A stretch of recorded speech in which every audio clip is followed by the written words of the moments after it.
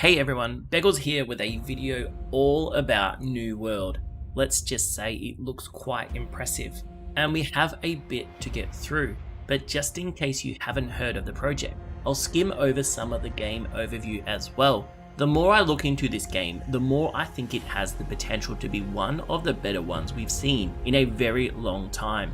And if you are finding value in this video, leave a sub to the channel. I would really appreciate it. New World is indeed an online open world massive multiplayer game that is set on the gorgeous island of Eternum. This island is not only really damn fine looking, but it's kind of this mysterious supernatural place that people haven't explored all that much. Hence the name of the game, New World. And it is underlined by this magical presence that exists, this mineral called Azoth, that has the power to change everything around the place.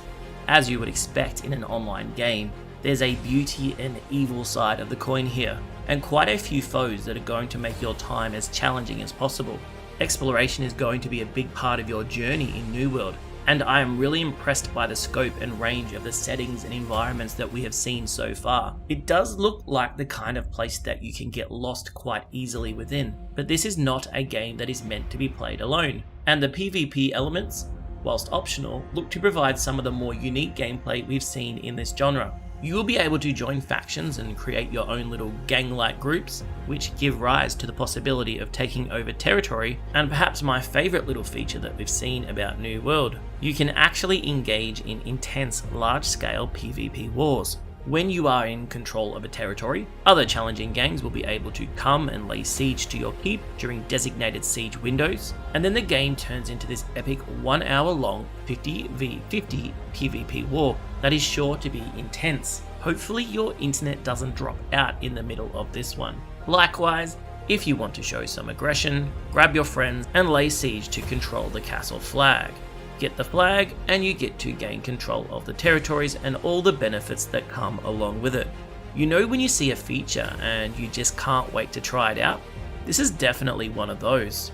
In a similar style, although this time being purely PvE, there are invasions of the corrupted enemies of the game that follow a similar path and look to kind of act as a roadblock or interruption for groups of players who look to be getting a little too comfy or perhaps quite strong. This feature is only available in defense mode and will pit you against some really strong invading enemies who once again try to take over the flag to gain control. Everything I read or see about New World follows this rhetoric about giving the player the chance to choose how they want to spend their time in Eternum, and just how they're going to approach their leveling system as well. You will have your classic levels to grind through, but also skill-based leveling that links to the types of activities that you're choosing to do. Spend a lot of time cooking? Well, guess what?